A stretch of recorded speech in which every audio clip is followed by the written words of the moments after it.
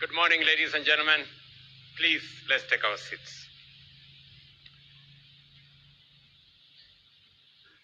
First, let me take this opportunity to welcome all of you to the city of Nairobi at a very defining moment in Africa's journey towards health sovereignty and industrial transformation. I extend my very sincere appreciation to the Africa Union Commission, my brother Yusuf, the World Bank Group, my good friend Mokhtar here, and all other partners whose leadership and commitment have made this event possible.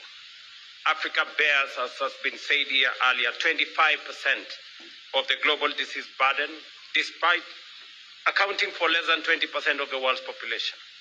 Yet, our continent still produces less than 6% of its medical supplies, only about 1/3 of its pharmaceutical needs, and a mere 1% of the vaccines it consumes.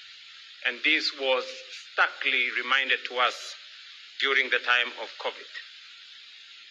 This is more than a health gap. It is a structural vulnerability. Africa's pharmaceutical expenditure stands at approximately $25 per capita, compared to a global average of more than $160. That disparity reflects not only constrained access, but also underdeveloped markets and limited industrial capacity. Across the continent, nearly 700 pharmaceutical manufacturers exist, including in Kenya. Yet most remain small and mid-size, fragmented and concentrated in only a handful of countries. This limits scale, limits competitiveness, resilience, and our ability to respond effectively to present and future crises. We also continue to face persistent structural barriers, fragmented regulatory system, as has been said here, limited market integration, and that is why we have our good friend, the Secretary General of SCFTA, to see how we can consolidate, integrate our market. And of course, insufficient demand certainty, all of which deter large-scale private investment. The COVID-19 pandemic exposed these weaknesses with devastating clarity. Africa was last in the line, as we all know. We must never allow that to happen again. No single country can solve this challenge alone. To overcome fragmentation and achieve scale, we must act as one continent. This requires the full implementation of the Africa Continental Free Trade Area to unlock the market of 1.5 billion people, the accelerated operationalization of Africa Medicines Agency to strengthen regulatory harmonization and trust, and a coordinated investment strategy capable of creating predictable and bankable markets. Africa's pharmaceutical market stood at approximately $30 billion in 2024. By 2030, it is projected to expand to $50 billion. This is not only a health imperative, it is one of the most compelling industrial opportunities of our time.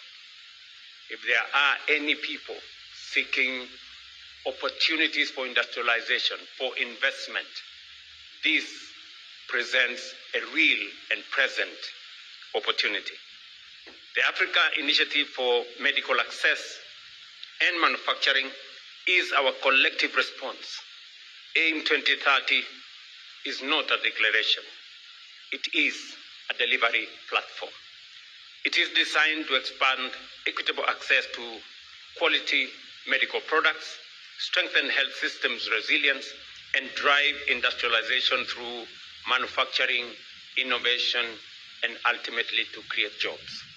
It aligns directly with the Africa Union's Agenda 2063 and with our shared ambition to produce at least 60% of Africa's health products locally by 2040. Kenya, I must say, is ready to play its part. Our country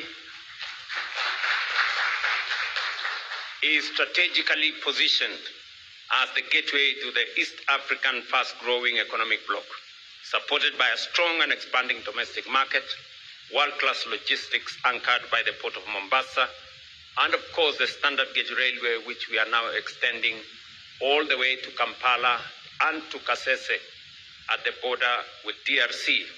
And of course, our very skilled Kenyan workforce and a stable and friendly business environment. We are taking deliberate steps to strengthen our pharmaceutical ecosystem. This includes enhancing the capacity of our national regulatory authority to achieve World Health Organization maturity level number 3, thereby ensuring global confidence in the quality, safety, and efficacy of Kenyan manufactured products. Our ambition is clear: to position Kenya as a regional hub for pharmaceutical manufacturing, health innovation, and medical supply chains. And this journey is already underway. In Addis, we build consensus around regulation, trade, skills, and investment. At the World Bank Spring meeting, AIM 2030 was introduced to the global community, with early investments such as BioVac in South Africa demonstrating what is possible around this space. Now here in Nairobi, we move decisively from ambition to execution, from commitments to bankable projects, and from dialogue to delivery. To African governments like Kenya's, let us fully implement our commitments on regulatory harmonization, market integration, and industrial policy so that we can unlock Africa's manufacturing potential. To develop markets, to develop development partners and implementing institutions, let us move with urgency to structure and finance scalable, bankable projects capable of delivering results at speed and at scale. To the private sector, Africa presents a market of nearly 1.5 billion people and a rapidly growing demand for health products. This is your moment to invest, to scale up production, and to anchor long-term partnership with us in this continent. Excellencies, Africa has the science, Africa has the workforce, Africa has the market, and Africa has the will. Through AIM 2030, we will transform these assets into a resilient and self-sustaining health ecosystem built in Africa, for Africa and for the globe. I wish you very fruitful deliberations. Thank you very much.